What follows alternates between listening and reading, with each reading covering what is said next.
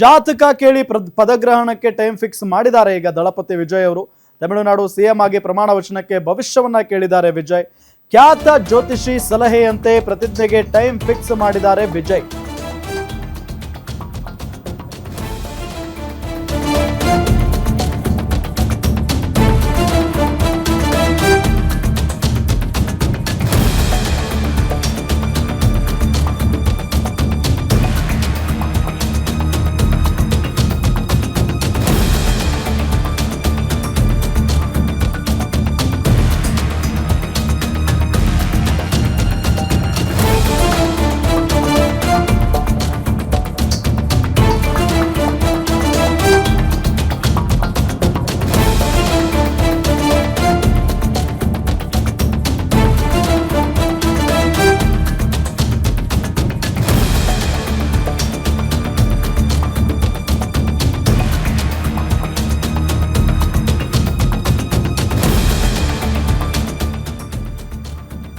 ಜಾತಕ ಕೇಳಿ ಪದಗ್ರಹಣಕ್ಕೆ time fix ಮಾಡಿದ್ದಾರೆ ದಳಪತಿ ವಿಜಯ್ ಅವರು.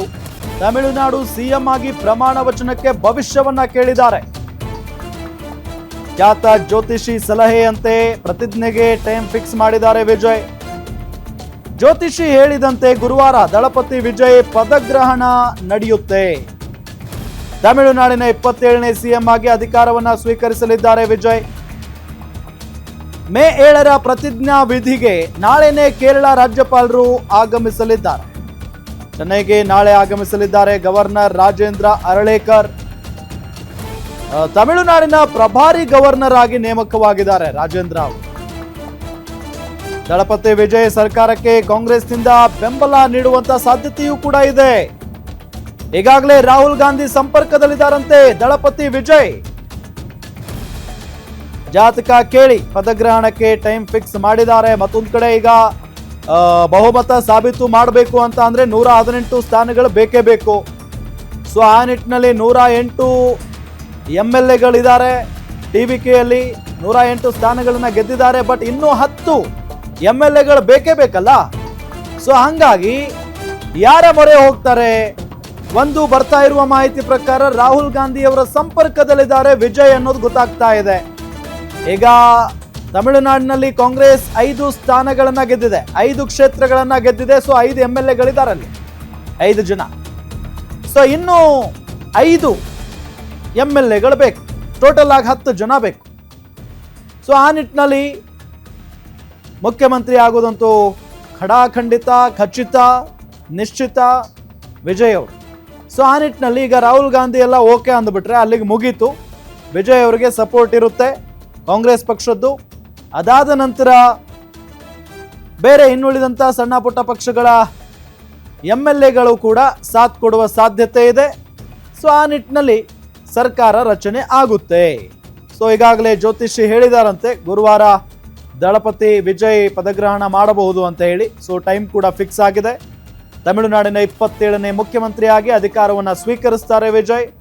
ಮೇ 7ರ ಪ್ರತಿಜ್ಞಾ ವಿಧಿಗೆ ನಾಳೆನೇ ಕೇರಳ ರಾಜ್ಯಪಾಲರು ಬರ್ತಾ ಇದ್ದಾರೆ. ರಾಜ್ಯಪಾಲರ ಆಗಮನ ಆಗುತ್ತೆ ನಾಳೆ. ಚೆನ್ನೈಗೆ ನಾಳೆ ಬರ್ತಾರೆ ಗವರ್ನರ್ ರಾಜೇಂದ್ರ ಅರಳೇಕರ್ ಅವರು. ಯಾಕೆ ಅಲ್ಲಿಂದ ಬರ್ತಾ ಇದ್ದಾರೆ, ಕೇರಳದವರು ಯಾಕೆ ತಮಿಳುನಾಡಿನಲ್ಲಿ ಇಲ್ವಾ ಅಂತ ನೀವು ಕೇಳಬಹುದು. ಇಲ್ಲ, ರಾಜೇಂದ್ರ ಅರಳೇಕರ್ ಅವರು ತಮಿಳುನಾಡಿನ ಪ್ರಭಾರಿ ಗವರ್ನರ್ ಆಗಿ ನೇಮಕ ಆಗಿದ್ದಾರೆ, ಹಂಗಾಗಿ ಅವರು ಬರ್ತಾ ಇದ್ದಾರೆ. ದಳಪತಿ ವಿಜಯ್ ಸರ್ಕಾರಕ್ಕೆ ಕಾಂಗ್ರೆಸ್ನಿಂದಲೂ ಕೂಡ ಬೆಂಬಲ ಸಿಗುವಂತ ಸಾಧ್ಯತೆ ಇದೆ. ಇದೇ ವಿಚಾರಕ್ಕೆ ಸಂಬಂಧಪಟ್ಟಂತೆ ಡೀಟೇಲ್ಸ್ ಕೊಡ್ತಾರೆ ನಮ್ಮ ಪೊಲಿಟಿಕಲ್ ರಿಪೋರ್ಟರ್ ದುರ್ಗೇಶ್ ನಾಯಕ್ ನೇರ ಸಂಪರ್ಕದಲ್ಲಿದ್ದಾರೆ. ದುರ್ಗೇಶ್, ಒಂದು ಈಗ ಬಹುಮತ ಸಾಬೀತು ಮಾಡೋದಕ್ಕೆ 10 ಸ್ಥಾನಗಳು ಬೇಕೇ ಬೇಕು ಟಿವಿಕೆಗೆ. ಮತ್ತೊಂದು ಕಡೆ ಈಗ ಪ್ರಮಾಣ ವಚನಕ್ಕೂ ಕೂಡ ಟೈಮ್ ಫಿಕ್ಸ್ ಆಗಿದೆ ಅಂತೆ. ಜ್ಯೋತಿಷಿಗಳ ಜೊತೆಗೆ ಭವಿಷ್ಯ ಕೇಳಿದಾರಂತೆ. ಡೀಟೇಲ್ಸ್ ಕೊಡ್ತಾ ಹೋಗೋದಾದ್ರೆ,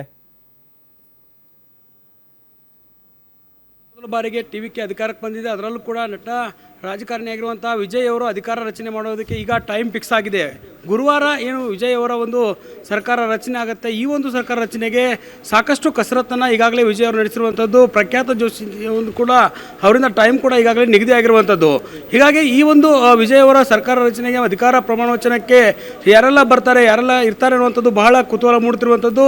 ಜೊತೆಗೆ ಗವರ್ನರ್ ಅವರು ಕೂಡ ಈ ಒಂದು ಕಾರ್ಯಕ್ರಮಕ್ಕೆ ಈಗಾಗಲೇ ಆಗಮಿಸುವಂಥ ದಿನಾಂಕ ಕೂಡ ನಿಗದಿ ಆಗಿದೆ. ನಾಳೆ ಕೇರಳ ಗವರ್ನರ್ ಆಗಿರುವಂಥ ರಾಜೇಂದ್ರ ವಿಶ್ವನಾಥ್ ಅರಳೇಕರ್ ಅವರು ತಮಿಳುನಾಡಿಗೆ ಬಂದು ಈ ಒಂದು ಪ್ರತಿಜ್ಞಾವಿಧಿಯ ಕಾರ್ಯಕ್ರಮವನ್ನು ಪ್ರಮಾಣವಚನ ಬೋಧನೆ ಕಾರ್ಯಕ್ರಮವನ್ನು ಮಾಡ್ತಾರೆ ಅನ್ನುವಂಥ ಮಾಹಿತಿ ಸಿಗ್ತಾ ಇರುವಂಥದ್ದು. ಯಾಕಂದರೆ ಕೇರಳದ ಇನ್ಚಾರ್ಜ್ ಆಗಿರುವಂಥ ರಾಜೇಂದ್ರ ಅವರು ತಮಿಳುನಾಡಿನ ಗವರ್ನರ್ ಆಗಿರುವಂಥದ್ದು. ಈಗ ಅವರು ವಿಜೇಂದ್ರ ಅವರ ಒಂದು ಈ ವಿಜಯ್ ಅವರ ಅಧಿಕಾರ ರಚನೆಗೆ ಅವಕಾಶವನ್ನು ಮಾಡಿಕೊಡ್ತಾರೆ ಅನ್ನುವಂಥದ್ದು ಇಲ್ಲಿ ಮುಖ್ಯವಾಗಿ ಚರ್ಚೆ ಆಗ್ತಿರುವಂಥದ್ದು. ಹಾಗಾದರೆ ವಿಜಯ್ ಮುಂದಿರುವಂಥ ಅವಕಾಶಗಳೇನು ಅನ್ನುವಂಥದ್ದು ಭಾಳ ಮುಖ್ಯವಾಗಿ ಚರ್ಚೆ ಆಗ್ತಿರುವಂಥದ್ದು. ಯಾಕಂದರೆ ವಿಜಯ್ ಅವರಿಗೆ ಬಹುಮತ ಸಾಬೀತುಪಡಿಸೋದಕ್ಕೆ 10 ಸೀಟ್ಗಳು ಬೇಕು. ಹೀಗಾಗಿ ಯಾರ ಜೊತೆಗೆ ವಿಜಯ್ ಅವರು ಈ ಒಂದು ಮೈತ್ರಿಯನ್ನು ಮಾಡಿಕೊಳ್ತಾರೆ ಅಥವಾ ಯಾರ ಬೆಂಬಲವನ್ನು ಪಡೆದುಕೊಳ್ತಾರೆ ಅನ್ನೋದು ಇಲ್ಲೇ ಮುಖ್ಯ ಆಗಿದೆ. ಯಾಕಂದರೆ ವಿಜಯ್ ಅವರ ಸರ್ಕಾರ ರಚನೆ ಮಾಡೋದಕ್ಕೆ 10 ಸೀಟ್ಗಳ ಅವಶ್ಯಕತೆ ಇರೋದರಿಂದ ಕಾಂಗ್ರೆಸ್ ಜೊತೆಗೆ ಮೈತ್ರಿಯನ್ನು ಮಾಡಿಕೊಳ್ತಾರೆ ಅನ್ನುವಂಥದ್ದು. ಯಾಕಂದರೆ ಈಗಾಗಲೇ ರಾಹುಲ್ ಗಾಂಧಿ ಅವರ ಜೊತೆಗೆ ವಿಜಯ್ ಅವರು ಟಚ್ನಲ್ಲಿದ್ದಾರೆ. ಜೊತೆಗೆ ಕಾಂಗ್ರೆಸ್ನ 5 ಸೀಟ್ಗಳನ್ನು ಗೆದ್ದಿರುವಂಥದ್ದು. ಜೊತೆಗೆ ಪಕ್ಷೇತರ ಅಭ್ಯರ್ಥಿಗಳನ್ನು ಕೂಡ ಸೆಳೆಯುವಂಥ ಕೆಲಸವನ್ನು ಮಾಡ್ತಿದ್ದಾರೆ. ಹೀಗಾಗಿ ಗುರುವಾರ ನಡೆಯುವಂಥ ಈ ಒಂದು ವಿಜಯ್ ಅವರ ಪ್ರಮಾಣ ವಚನ ಕಾರ್ಯಕ್ರಮದಲ್ಲಿ ಯಾರ ಜೊತೆಗೆ ಮೈತ್ರಿ ಆಗುತ್ತೆ, ಮೊದಲಿಗೆ ಆರಂಭದಲ್ಲಿ DMK ಒಂದು ವಿರೋಧಿ ಅನ್ನುವಂಥ ಹೇಳುವಂಥ ಹೇಳಿಕೆಯನ್ನು ಕೊಟ್ಟಿದ್ದಂಥ ವಿಜಯ್ ಅವರು DMK ಜೊತೆಗೆ ನಿಲ್ತಾರಾ ಅಥವಾ ಕಾಂಗ್ರೆಸ್ನ ಜೊತೆಗೆ ಮತ್ತು ಪಕ್ಷೇತರ ಅಭ್ಯರ್ಥಿಗಳನ್ನ ಪಡೆದು ಒಂದು ಸರ್ಕಾರವನ್ನು ರಚನೆ ಮಾಡ್ತಾರಾ ಅಥವಾ AIDMK ಜೊತೆಗೆ ಅಧಿಕಾರವನ್ನು ರಚನೆ ಮಾಡ್ತಾರ ಅಂತ ಪ್ರಶ್ನೆಗಳು. TVK ಪಕ್ಷದ ಪ್ರಧಾನ ಕಾರ್ಯದರ್ಶಿಗಳು ಈಗಾಗಲೇ ಸ್ಪಷ್ಟನೆಯನ್ನ ಕೊಟ್ಟಿದ್ದಾರೆ. ನಾವು ಯಾವುದೇ ಕಾರಣಕ್ಕೂ DMK ಆಗಲಿ AIADMK ಆಗಲಿ ಆ ಪಕ್ಷಗಳ ಜೊತೆಗೆ ಮೈತ್ರಿ ಮಾಡಿಕೊಳ್ಳೋದಿಲ್ಲ ಅಂತ ಹೇಳಿ. ಇನ್ನುಳಿದಂಗೆ ಏನೆಲ್ಲ ಅವಕಾಶ ಇರಬಹುದು, ಒಂದು ಕಾಂಗ್ರೆಸ್ ಮತ್ತೆ ಇನ್ನೂ 5 ಸ್ಥಾನಗಳು ಬೇಕಾಗಿರ್ತವೆ. ಸೊ ಯಾರ ಜೊತೆಗೆ ಹೋಗ್ಬಹುದು ಅಥವಾ ಯಾರ ಜೊತೆ ಕೈ ಜೋಡಿಸಬಹುದು ಅಂತ ರಾಮ್, ಪ್ರಮುಖವಾಗಿ 2 ದೊಡ್ಡ ಪಕ್ಷಗಳ ಜೊತೆಗೆ ಮೈತ್ರಿ ಬೇಡ ಅನ್ನುವಂಥ ಲೆಕ್ಕಾಚಾರದಲ್ಲಿ ಈಗಾಗಲೇ ಹೇಳಿಕೆಗಳನ್ನು ಕೊಟ್ಟಿರುವಂಥದ್ದು. ಹೀಗಾಗಿ ಕಾಂಗ್ರೆಸ್ ಜೊತೆಗೆ ಈಗ 5 ಸ್ಥಾನಗಳನ್ನು ಹೊಂದಿರುವಂಥ ಏನು ಕಾಂಗ್ರೆಸ್ ಇದೆ ಅದರ ಜೊತೆಗೆ ಮೈತ್ರಿನ ಮಾಡಿಕೊಳ್ಬೇಕಾ ಅಥವಾ ಪಕ್ಷೇತರ ಸ್ಥಾನಗಳನ್ನು ಗೆದ್ದಿರುವಂಥ VCK, PMK, AMMK ಅನ್ನುವಂಥ 3-4 ಪಕ್ಷಗಳು ಕೂಡ ವಿಜಯ್ ಅವರ ಮುಂದೆ ಒಂದು ಆಪ್ಷನ್ಗಳಿದ್ದಾವೆ. ಈ ಆಪ್ಷನ್ಗಳನ್ನು ಆಯ್ಕೆ ಮಾಡಿಕೊಂಡ್ರೂ ಕೂಡ ವಿಜಯ್ ಅವರಿಗೆ ಏನೋ 10 ಸೀಟ್ಗಳ ಲಭ್ಯತೆ ಇರುವಂಥದ್ದು. ಹೀಗಾಗಿ ಕಾಂಗ್ರೆಸ್ಗೆ ಒಂದಿಷ್ಟು ಬೆಂಬಲ ಇರುವಂಥ ವಿಜಯ್ ಜೋಸೆಫ್ ಅವರ ತಂದೆಯವರು ಕೂಡ ಈಗಾಗಲೇ ರಾಹುಲ್ ಗಾಂಧಿ ಅವ್ರ ಜೊತೆಗೆ ಮಾತುಕತೆಯನ್ನು ಮಾಡಿರುವಂಥದ್ದು. ಜೊತೆಗೆ ಕಾಂಗ್ರೆಸ್ನ ಬೆಂಬಲವನ್ನು ಪಡೆಯೋದಕ್ಕೆ ಕೂಡ ಏನೋ ಸಾಕಷ್ಟು ಮಾತುಕತೆಯನ್ನು ಮಾಡಿಸ್ತಿದ್ದಾರೆ. ಖುದ್ದು ರಾಹುಲ್ ಗಾಂಧಿ ಅವರೇ ಕರೆಯನ್ನು ಮಾಡಿ ಈಗಾಗಲೇ ವಿಜಯ್ ಅವರಿಗೆ ಅಭಿನಂದನೆ ಸಲ್ಲಿಸುವ ಮೂಲಕ ಒಂದು ಸುಳಿವನ್ನು ಕೊಟ್ಟಿರುವಂಥದ್ದು. ಸರ್ಕಾರ ರಚನೆ ಮಾಡೋದಾದರೆ ನಮ್ಮ ಬೆಂಬಲ ನಿಮಗೆ ಇರುತ್ತೆ ಅನ್ನುವಂಥದ್ದು ಮಾತನ್ನು ಕೂಡ ಹೇಳಿದ್ದಾರೆ. ಒಂದು ಕಡೆ ಅಲ್ಲಿ ತಮಿಳುನಾಡಿನಲ್ಲಿರುವಂಥ DMK ಮತ್ತು AIDMK ಅನ್ನುವಂಥ ಈ ಒಂದು ಪಕ್ಷಗಳ ದೊಡ್ಡ ಬೆಂಬಲ ಬೇಡ ರಾಜಕೀಯ ವಿರೋಧಿಗಳಾಗಿ ಅವರ ಜೊತೆಗೆ ನಾವು ಪೈಪೋಟಿಯನ್ನು ಮಾಡೋದಾದರೆ ಕಾಂಗ್ರೆಸ್ನ ಬೆಂಬಲದ ಜೊತೆಗೆ ಪಕ್ಷೇತರ ಅಭ್ಯರ್ಥಿಗಳ ಒಂದು ಬೆಂಬಲ ಸಿಕ್ಕರೆ ಅಧಿಕಾರವನ್ನು ರಚಿಸಬಹುದು. ಜೊತೆಗೆ ಮುಂದಿನ ದಿನಗಳಲ್ಲಿ ಯಾವ ರೀತಿ ರಾಜ್ಯ ಸರ್ಕಾರವನ್ನು ನಡೆಸಬೇಕಾಗತ್ತೆ, ಆ ಒಂದು ಸಂದರ್ಭದಲ್ಲಿ ಯಾವ ರೀತಿ ವಿರೋಧಗಳು ವ್ಯಕ್ತ ಆಗ್ತವೆ ಅದೆಲ್ಲವನ್ನು ಕೂಡ ನಿಭಾಯಿಸ್ಕೊಂಡು ಹೋಗಬೇಕಾಗತ್ತೆ. ಹೀಗಾಗಿ DMK ಮತ್ತು AIDMK ಇರುವಂಥ ಈ ದೊಡ್ಡ ಪಕ್ಷಗಳನ್ನು ಹೊರಗಿಟ್ಟು ಪಕ್ಷೇತರ ಮತ್ತು ಕಾಂಗ್ರೆಸ್ನ ಒಂದು ಸಖ್ಯವನ್ನು ಮಾಡಿದರೆ ಇಲ್ಲಿ ನಾವು ಅಧಿಕಾರವನ್ನು ಮುಂದುವರಿಸಬಹುದು ಅನ್ನುವಂಥದ್ದು ಇಲ್ಲಿರುವಂಥದ್ದು. ಹೀಗಾಗಿ ರಾಹುಲ್ ಗಾಂಧಿ ಅವರ ಜೊತೆಗೆ ಪ್ರಮುಖವಾಗಿ ಟಚಲ್ಲಿ ಇಟ್ಟುಕೊಂಡಿರುವಂಥದ್ದು. ಜೊತೆಗೆ ರಾಹುಲ್ ಗಾಂಧಿ ಅವರ ಜೊತೆಗೆ ಇಂಡಿ ಮೈತ್ರಿಕೂಟದ ನಾಯಕರಾಗಿರುವಂಥ ಏನು ಸ್ಟಾಲಿನ್ ಅವರು ಕೂಡ ಒಂದು ಒಂದು ಸಂಪರ್ಕವನ್ನು ಮಾಡಿ ಅವರ ಒಂದು ಬೆಂಬಲವನ್ನು ಪಡೆಯುವಂಥ ಸಾಧ್ಯತೆ ಇರುವಂಥದ್ದು. ಹೀಗಾಗಿ DMK ಹೊರತುಪಡಿಸಿ ಕಾಂಗ್ರೆಸ್ನ ಒಂದು ಬಲದಿಂದ ವಿಜಯ್ ಅವರು ಅಧಿಕಾರವನ್ನು ರಚನೆ ಮಾಡಿದರೆ ಮುಂದಿನ ದಿನಗಳಲ್ಲಿ ಈ ಒಂದು ರಾಜ್ಯ ಸರ್ಕಾರ ಸರಿಯಾಗಿ ಹೋಗುತ್ತೆ ಅನ್ನುವಂಥ ಲೆಕ್ಕಾಚಾರ ಇರುವಂಥದ್ದು. ಹೀಗಾಗಿ ತಮಿಳುನಾಡಿಗೆ ಒಂದು ಕೇರಳ ಗವರ್ನರ್ ಬರುವ ಮೂಲಕ ಗುರುವಾರ ವಿಜಯ್ ಅವರ ಒಂದು ಪ್ರಮಾಣ ವಚನ ಬೋಧನೆ ಕಾರ್ಯಕ್ರಮ ಆಗುತ್ತೆ. ಬುಧವಾರವೇ ವಿಜಯ್ ಅವರು ಒಂದು ಮುಖ್ಯಮಂತ್ರಿಯಾಗಿ ಗಾದಿಗೇರುವಂಥ ಎಲ್ಲ ಸಾಧ್ಯತೆಗಳು ಇರುವಂಥದ್ದು. ರಾಮ್.